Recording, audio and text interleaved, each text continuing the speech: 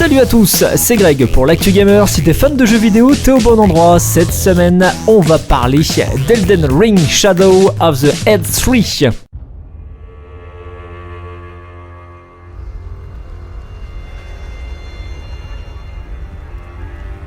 Le constat est vite établi à peine la partie débutée puisque le joueur arrive au sein d'environnements ravagés. Il comprend alors que différents affrontements ont eu lieu entre les régions des diverses régions de l'Entre-Terre, qu'il s'agisse de conflits d'intérêts, voire de simples embrouilles familiales, des familles descendantes de Marika, vaisseau de l'Elden Ring et incarnation charnelle de la volonté suprême.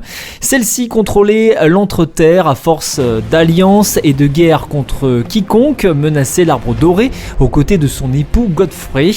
Alors devenu premier Elden Lord. Une fois son hégémonie faite et son ordre d'or instauré, celle-ci a multiplié les relations desquelles naquirent de multiples enfants, tous destinés à régner sur les nombreuses régions qui comptent l'Entre-Terre. Mais alors que le monde était enfin unifié, la jalousie contamina certains de ses enfants, poussant l'un d'entre eux à tuer son premier fils, Godwyn le Doré, dans le but de lui subtiliser la rune supérieure de la mort. Alors folle de rage et de chagrin, Marika détruit alors l'Elden Ring, une scène visible dans l'introduction du jeu d'ailleurs, entraînant alors la destruction des différents concepts.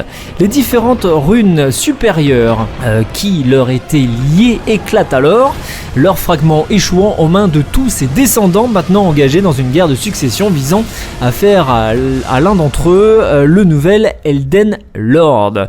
C'est ce contexte belliqueux qui débarque, alors le sans éclat, personnage du joueur, destiné à se faire une place au sein de cette dynastie, mais l'on peut d'ores et déjà vous dire qu'on peut se demander qui sont ces fameux sans éclat et quel est leur rôle dans ce monde, ou pourquoi tous les demi-dieux du jeu possèdent des noms quasiment similaires.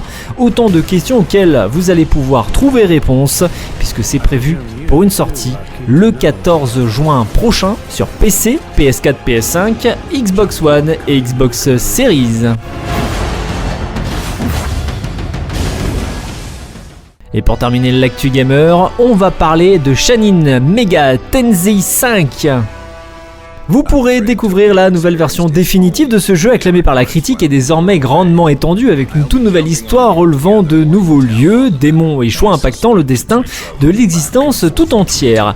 Shin Megami Tensei 5 Vengeance propose deux histoires complètes, une toute nouvelle trame, déesse vengeresse, une histoire de vengeance tragique des déchus centrée sur de nouveaux personnages et un groupe de démons énigmatiques nommés Kaditsu exécutant leur sombre plan en parallèle de la guerre entre l'ordre et ceux qui s'y opposent. Découvrez autrement déesse créatrice, l'histoire originelle de Shin Megami Tensei 5 mettant en scène un conflit éternel entre anges et démons et le protagoniste qui se bat pour le sort du monde. En quête de réponse, le protagoniste doit tracer son propre chemin au travers d'une guerre entre anges et démons et décider du sort du monde. Sortie prévue le 14 juin sur PC, PS4, PS5, Xbox One et Xbox Series et Nintendo Switch.